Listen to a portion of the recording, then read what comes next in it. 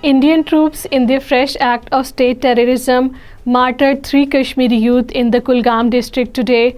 According to Kashmir Media Service, the youth were martyred by the troops during a cordon and search operation in Ridwani area of the district on Tuesday.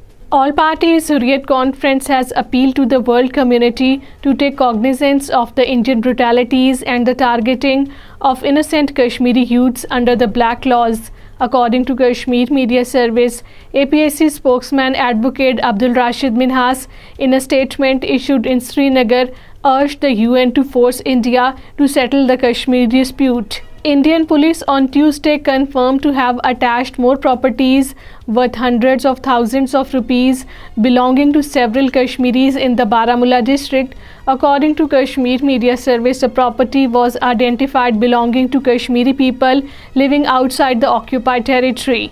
Azad Kashmir branch of the All Parties Hurriyat Conference has said that the Indian occupation regime led by the Bharatiya Janata Party is confiscating properties and the natural resources of the people of the occupied Kashmir on one pretext or another. According to Kashmir Media Service, APSC AJK convener Mahmood Ahmad Sagar, while presiding over a meeting in Islamabad, remarked that the situation in occupied Kashmir has become extremely grave.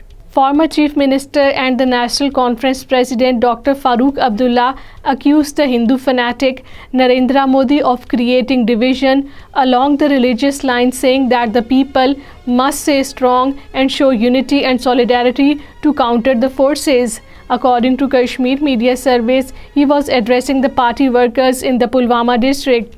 National Conference Vice President Umar Abdullah has called for Pakistan-India talks to resolve the Kashmir issue.